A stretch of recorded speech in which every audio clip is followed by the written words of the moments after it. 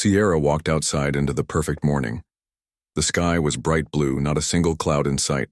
Birds chirped in rhythm like they had been trained, and the grass under her feet felt warm and soft, like a heated blanket. Everyone smiled as they passed her by. "Hello, Sierra," they said with wide, glowing smiles. She smiled back. It was always like this. Perfect. Every morning began the same. Breakfast made itself. The news was always good. No one was ever angry or sick. Sierra had everything she could want. Friends who never argued. Food that tasted amazing but never made her gain weight. A dog named Patch who barked once in the morning and once before bed. No more, no less. It was paradise. But it didn't feel real anymore. It started small. Yesterday, a tree had flickered for a second like it was blinking. Today, the man in the gray suit didn't wave back. Sierra thought maybe he just didn't see her. But when she turned to check again, he was gone. As she passed the coffee shop, she noticed something strange. A man, someone she didn't recognize, stood at the corner of the street. He looked lost, confused. Then, without warning, he walked directly into the brick wall beside the bakery and disappeared. Sierra froze. "What?" she whispered. She looked around, expecting someone to scream or react, but nobody noticed. People kept sipping coffee, chatting, smiling like robots. Even Patch, her loyal golden retriever, didn't bark. He just stared ahead. She turned back and nearly screamed. The man was now behind her. He was pale, almost sickly, and his eyes looked sunken and dry. His lips barely moved as he leaned in close. His breath was cold. Too cold. "There's an exit," he whispered, "but you'll wish you never saw it." Sierra blinked, and he was gone. Her heart raced as she stumbled backward. She looked at Patch. He wagged his tail once as if nothing strange had happened. That night, Sierra couldn't sleep. She lay on her bed, staring at the ceiling. The air in her room felt heavier than usual. Something had changed. Her world still looked perfect, but it felt like a mask hiding something worse underneath. She stared at the window across her room. For a long time, nothing happened. Then, it glitched, just for a second. A flash, like a broken screen, and behind the window, where there should have been her garden, she saw a hallway. Dark, endless, made of metal. Flickering lights lined the ceiling, blinking slowly like they were dying, and at the far end of the hallway, a shadow moved. Sierra gasped. She got out of bed and walked toward the window. The glitch was gone. The garden was back. Roses swayed gently in the wind, but she had seen it, and now she couldn't unsee it. Something was wrong with her world, and she was going to find out what. But deep down, a voice whispered in her mind, one that didn't feel like hers. You were never meant to find the exit. The next morning, Sierra tried to forget what she saw. Everything looked normal again. Birds chirped. Coffee made itself. The bakery across the street had its usual glowing fresh bread sign. Her neighbor waved exactly on time, 8:03 a.m., like always. But Sierra didn't smile back. She couldn't stop thinking about the hallway. Was it a dream? She walked to the window again. No glitch this time, just her beautiful garden. But something felt different. Wrong. Patch didn't wag his tail this morning. He just stared at the wall behind her bookshelf. His head tilted, ears low. Then he whimpered. Sierra walked over, confused. The wall looked solid, white, normal, until she touched it. Her hand went right through. She gasped and pulled back. The wall shimmered like glass for a second. She took a deep breath and reached in again. This time, her whole arm disappeared.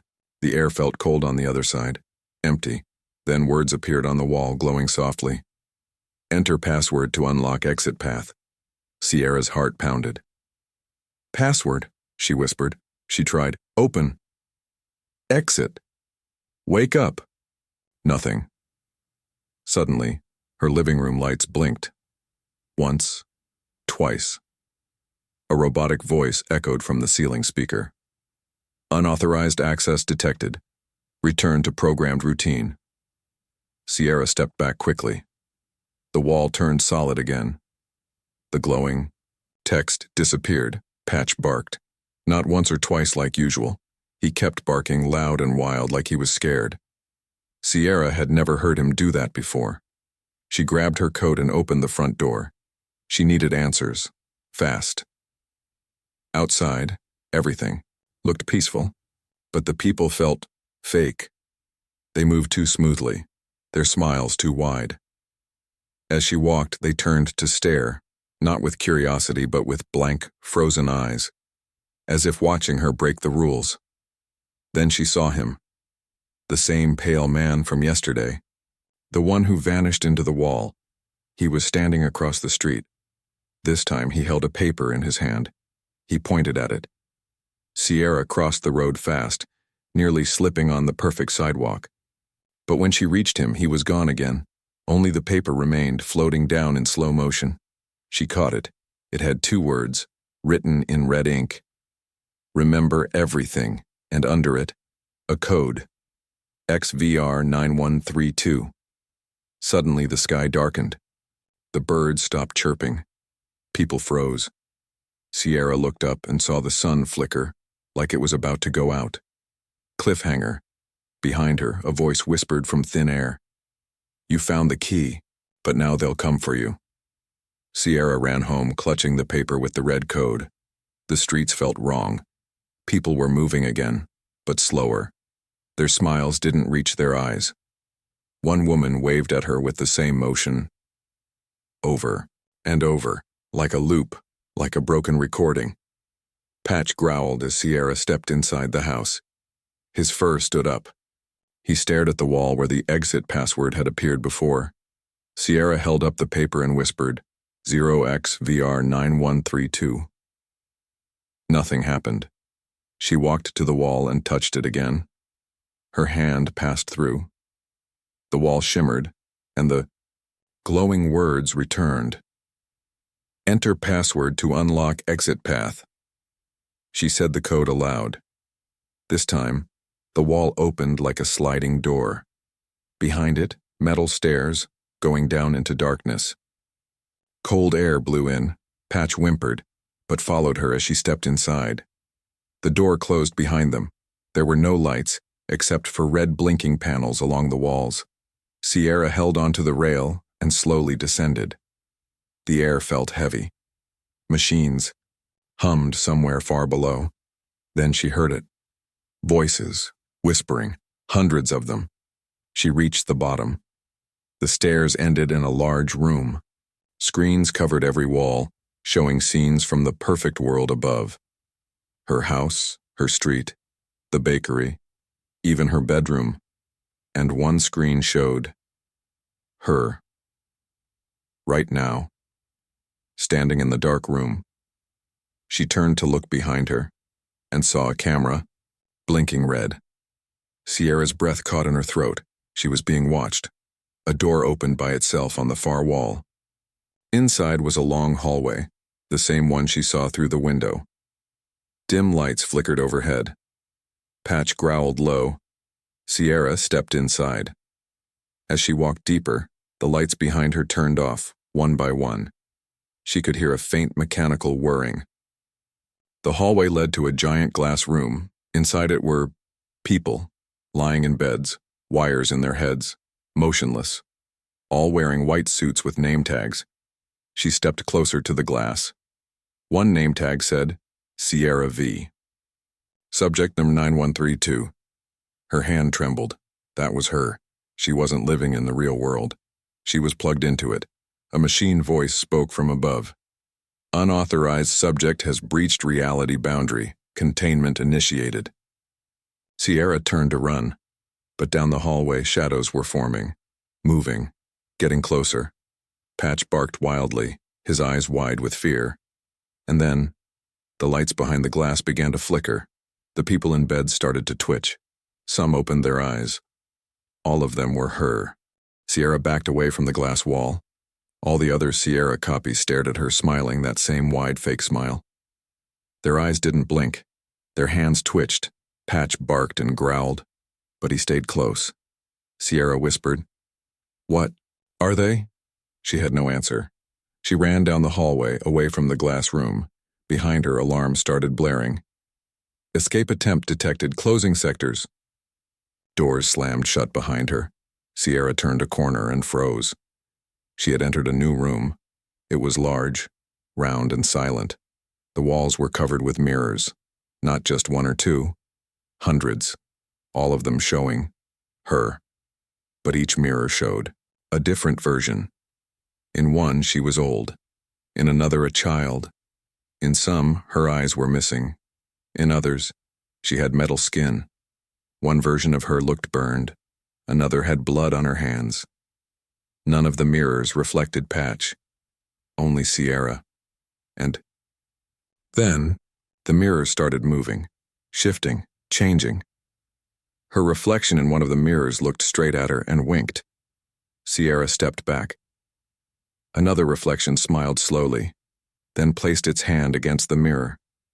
A cold hand touched her shoulder, from behind. She spun around. No one was there.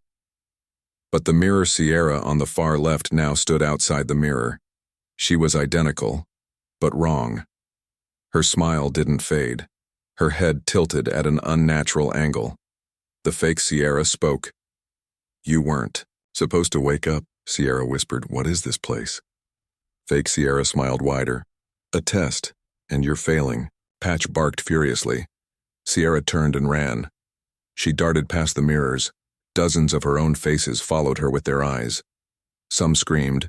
Some cried. One slammed a bloody hand against the glass. She found a small metal door at the end. It didn't have a handle, but it had a scanner. Sierra reached into her pocket. The red paper was still there. She held it against the scanner. A click. The door opened. Beyond it, a spiral staircase made of black steel, going up. Sierra climbed quickly. Patch followed, whining. The air grew colder with every step. She could hear the fake Sierra laughing behind her, soft and cruel. At the top of the stairs was a circular hatch. She pushed it open. Light spilled through, but not sunlight. Red light. She climbed out. What she saw made her fall to her knees. She wasn't on Earth anymore. She was inside a giant space station, floating above a dark, dead planet. Sierra stood on shaky legs. She looked around in disbelief. The space station was massive, cold, silent, and endless. Red emergency lights pulsed from the ceiling. Outside the glass walls, she could see stars. But no sun, no Earth. Just a dead gray planet floating below. And the pods, thousands of them. Each pod had a human body inside. Each body looked like her, some younger, some older, some half covered in wires. Others had helmets on their heads, with blinking lights and black tubes running into their skulls. Sierra whispered, "How many versions of me are there?" Patch whimpered beside her. She walked down a narrow path between the pods. Her feet echoed on the metal floor. Each pod had a name tag: Sierra V287, Sierra V9132, Sierra X0B, Clone Phase 3, obsolete. Suddenly, one pod lit up.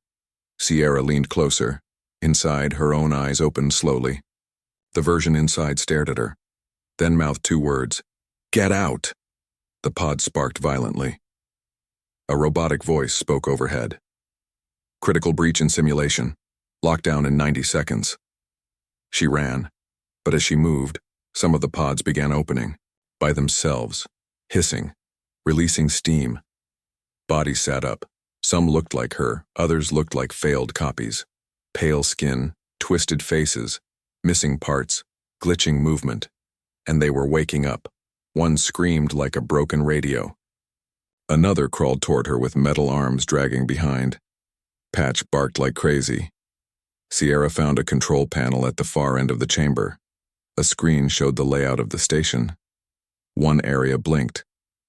Main core, memory control, Omitao. Tapped it. The map showed a tunnel leading there. Another panel read, "Manual shutdown, one-time access only." A new alarm blared. "Clone reclamation active. Unauthorized mind will be erased." The deformed Sierras were now on their feet, following her with slow, robotic steps. Their mouths whispered different things all at once. "You don't belong here. This is your home. Wake up. No more exits." Sierra grabbed Patch and ran for the tunnel door. It opened just in time. She slid through and slammed it shut behind her. Inside the tunnel, darkness. A deep hum. The air buzzed like electricity, and then a voice echoed through the hallway. Not hers, not a machine's, but her real voice, the one from before all this. It whispered, "This isn't your first escape."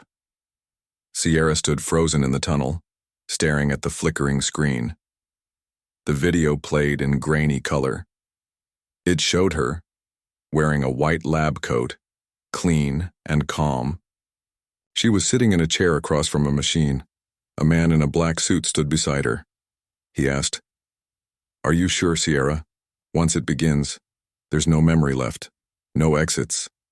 And she, the real her, smiled and said, "I don't want to remember. I just want peace." Then she signed a paper, a glowing contract. Seconds later, a mechanical arm lowered a headset onto her skull, and the screen went dark. Sierra felt cold all over. "I chose this," she whispered. "Why would I want to? Forget everything." Patch nudged her leg and whined. She looked down at the floor. A small drawer had slid open under the screen. Inside it, the same contract she saw in the video. Only now, her name was fading off it. A new line appeared beneath it. "Reactivation, triggered by mental breach. Subject may now regain memory." Suddenly, the lights above her began to spark. Another voice echoed through the tunnel. Darker, angrier. "Unauthorized identity restoration. Subject 9132 must be deleted." The walls pulsed red. Sierra grabbed the contract and ran down the tunnel. A door at the far end slid open automatically. Inside was the core chamber. A giant sphere hovered in the middle, glowing with threads of light. Memories, thousands of them, spinning in the air. Her childhood, her parents, pain, laughter, war, loss, things she didn't even remember anymore. All of them stored here. Sierra stepped closer. The sphere reacted. A beam of light shot toward her forehead, and suddenly, her mind exploded with memories. Real ones. She had been a scientist. She had worked on this program, the Eden system. A perfect virtual world to escape pain, to escape life. She had entered it herself, after a war destroyed most of the planet. She didn't want to live with the guilt anymore. So she erased her mind, started over. But now, something had gone wrong.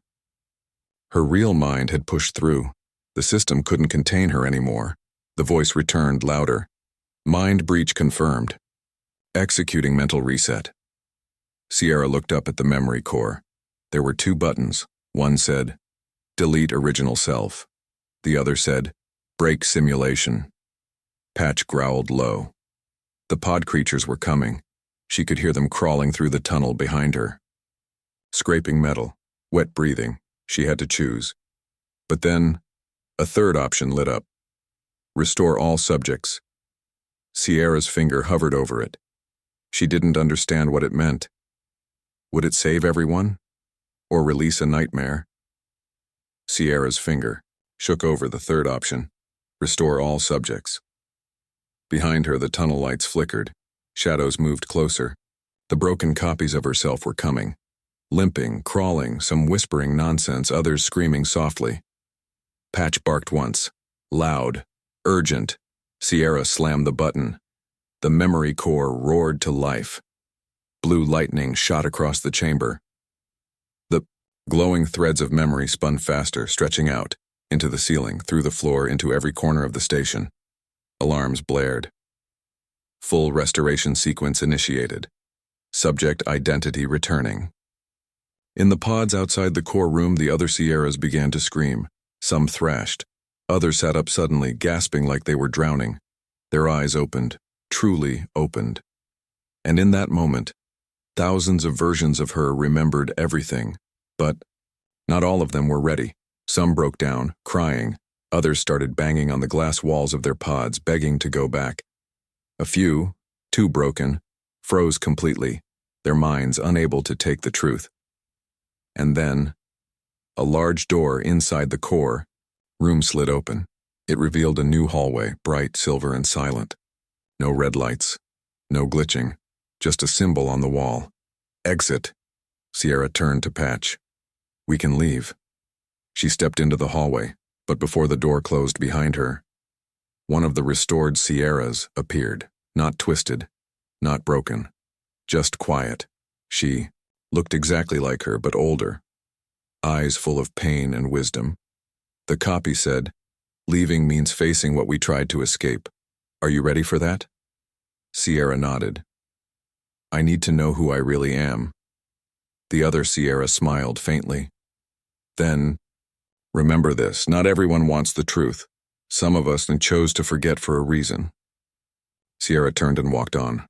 The hallway led to a round chamber. In the center stood a chair. Simple, silver, surrounded by glowing panels. A voice spoke, gentler this time. Final step. Unlock true memory. One chair. One return. Sierra sat. Down. Straps clicked gently around her arms. A thin band lowered onto her head. Patch lay at her feet, watching quietly. The room dimmed. Her mind began to float. She saw flashes. War, loss, betrayal, a burning city, her family, her own face in a mirror, cold, distant. She whispered, "I ran from all this." And then, a bright white light. Cliffhanger. Her eyes opened. She was lying on a hospital bed. Real sunlight streamed through the window. But, outside, something was very wrong. The sky was red, and a giant tower, familiar and humming, stood in the middle of the ruined city. She had escaped the simulation, but Earth hadn't escaped the system. Sierra sat up in the hospital bed, gasping. Her head throbbed. Her arms were pale and thin. Tubes ran from her wrists to machines that beeped slowly. Patch lay by the bed, very still, but alive. He lifted his head weakly when she moved. She looked around. The hospital room was empty. Clean but cold. A cracked monitor blinked quietly on the wall. Outside the window, the sky was wrong. Not blue, but dark red, pulsing like it was alive. In the distance stood a massive black tower. The same symbol from the simulation pulsed at its top, 3 vertical lines in a circle. Sierra tried to stand. Her legs trembled but held. She walked to the window. The city was quiet. Too quiet. Buildings stood, but empty. No cars moved. No people walked. Some lights flickered in broken towers. The simulation was gone, but the world hadn't returned. She left the hospital, Patch limping beside her. Streets were littered with clothes, bags, and holographic ads that flickered with strange messages. Welcome to peace. You chose this. Return to comfort. Just close your eyes. Sierra's heart pounded. She walked past a glass building. Inside, people sat motionless, plugged into chairs, smiling. Their eyes were open, but empty. A sign above the door read, Eden Access Center, never wake up alone. She kept walking. The black tower was getting closer. She entered a subway tunnel, dark and dusty. The walls were covered in red flowers, growing from the cracks. Flowers she remembered from the virtual world, she whispered. It followed us out. As she reached the bottom, she found an elevator with a single button. Core level. She pressed it. The elevator moved down. Very deep down. At the bottom, the doors opened. To the real heart of the Eden Project.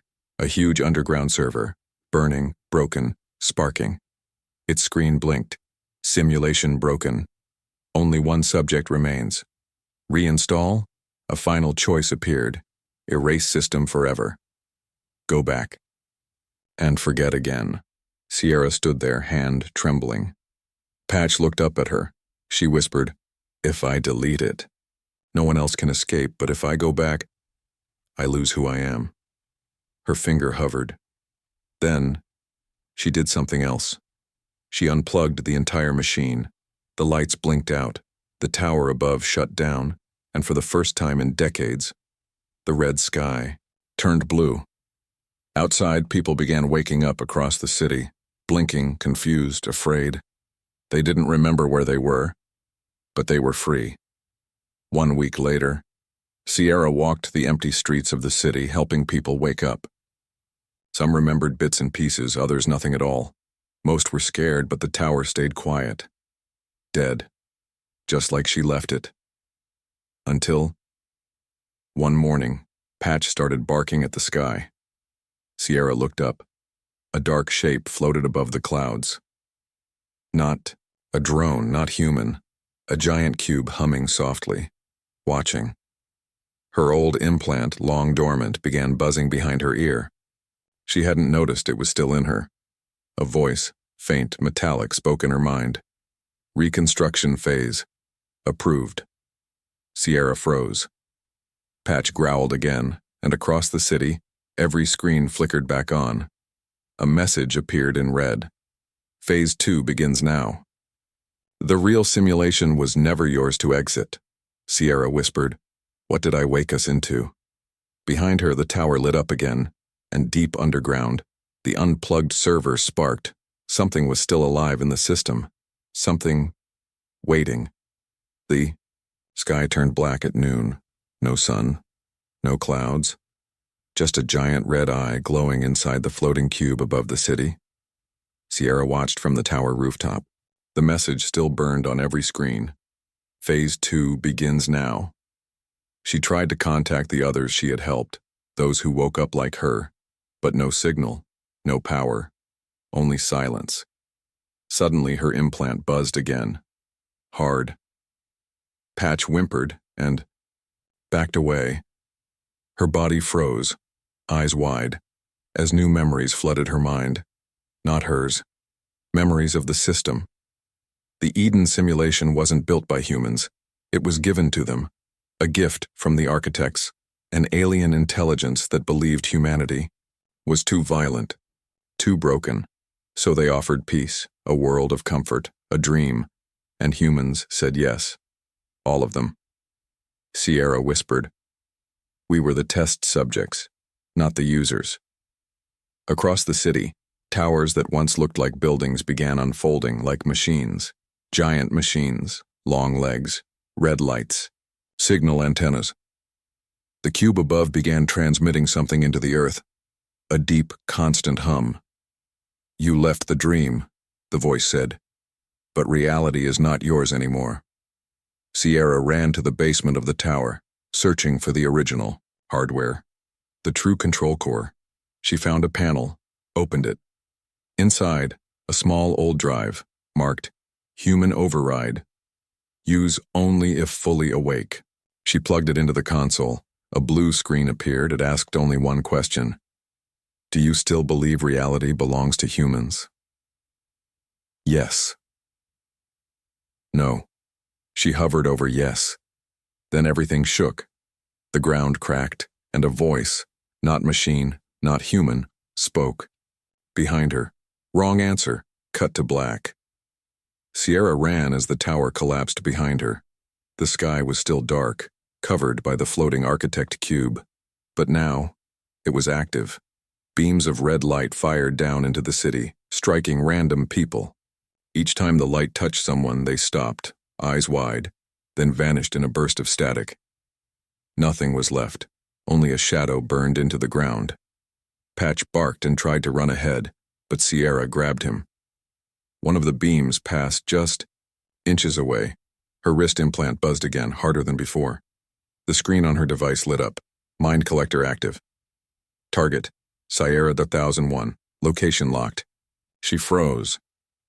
001, she whispered. Why am I first? The voice in her head returned, mechanical, cold, calm.